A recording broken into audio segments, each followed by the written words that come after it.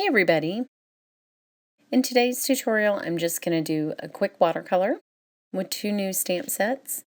One is In the Meadow by Stampin' Up!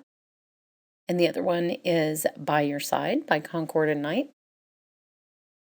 I'm starting with my Mini Misty, which I absolutely love, and the In the Meadow stamp set, which is a rubber cling mount set from Stampin' Up! It's in the Occasions mini catalog. And I love the mini because it's card front sized with a 1/2 inch to spare on either side. I need to take the black foam out because I am using a rubber cling stamp. And I'm using a piece of Fabriano hot press watercolor paper and Sahara sand ink to stamp the deer image from this stamp set onto the watercolor paper. Now I'm just using Sahara sand because I want to do no line watercolor for the frontmost image. Now why did I flip that upside down when it was totally the right way? I spent a lot of time cutting out this mask, so I cut this out of a Post-it note. The sticky is just at the top, it's sort of by her ears. The mom. So I'm sticking that down. Most of it was easy, but cutting out the legs took a second. But I want the deer to be in the front of my design. So I do need to mask them off fairly accurately.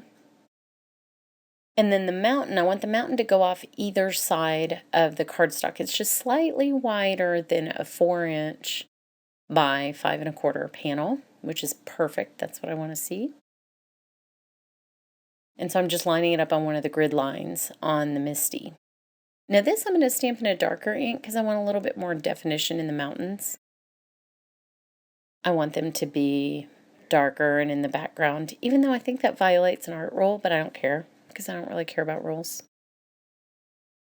So I'm stamping that on top of the masked deer image, and now they appear in front of the mountain range. I like this sort of sketchy style of this set.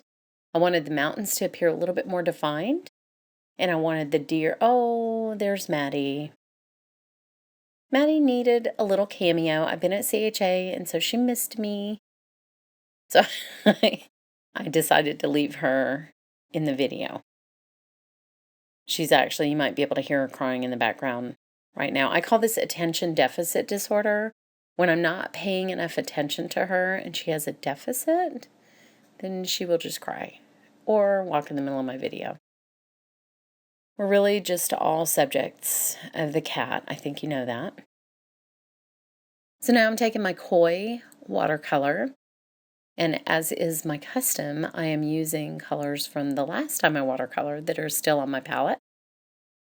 One of them is sort of a blue-gray. And I want the mountains, because I'm going to be using warmer colors in the front, I wanted the mountains and the sky to be cooler colors, just to set up a little contrast for the deer. And I added a little black to this color just to add a shadow. And you'll see this in the stamp set, the way the illustration is done, the shadows fall on the left side of the image, the mountain image. And so I'm going to keep that throughout the coloring of the deer as well. I put in a little bit of sky, just a nice cyan. And I already had kind of a yellow green, so I'm going to use that for the grass. I don't know why I like to do my background first. It doesn't really matter. You can do either or. Just make sure that the edges are dry before you start to go in the other image, because otherwise the water will pull that color out. So I'm using sort of a fawn color for the deer. And I have a little piece of an absorber in my hand that I'm blotting with if I get just a little bit too much color. And again, you'll see me put the shadows on the left-hand side. They're on the left-hand side of both of the animals, but also you'll see that each of the legs that are in the background, those will be much darker than the ones that are in the foreground.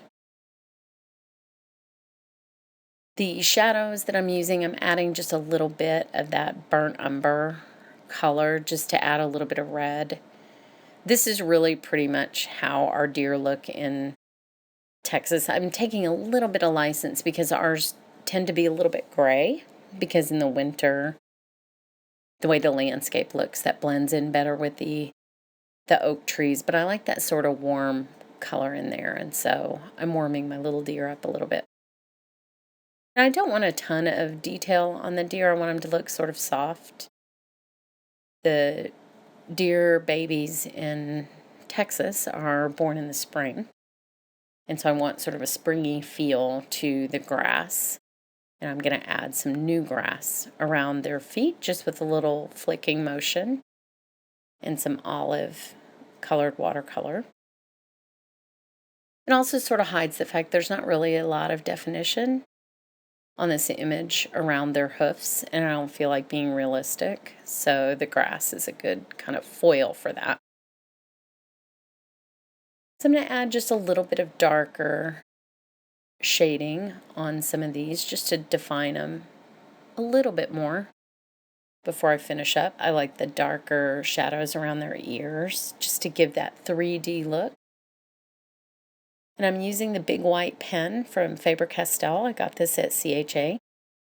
And this is for the little spots on the fawn. And then I'm going in with just a little bit more brown around those spots to make them pop just a little bit more than they do with just the white pen. Then I add just some blue to the shadows on the mountain. Again, I like that cool look of those shadows, and also just the contrast between the softer colors in the foreground. This is a really cool image, the mountain image. I can see lots and lots of uses for this as sort of a background element. I sort of feel like making a volcano out of it, I'm not going to lie. But I think the darker colors help the deer pop just a little bit more in the foreground. I think they're really sweet images. Then I finished it off with the Concord and Ninth By Your Side. Love this brush lettering font. I think it's gorgeous. And it was perfect for the two little side-by-side deer. So I hope you've enjoyed that. Thanks so much for watching.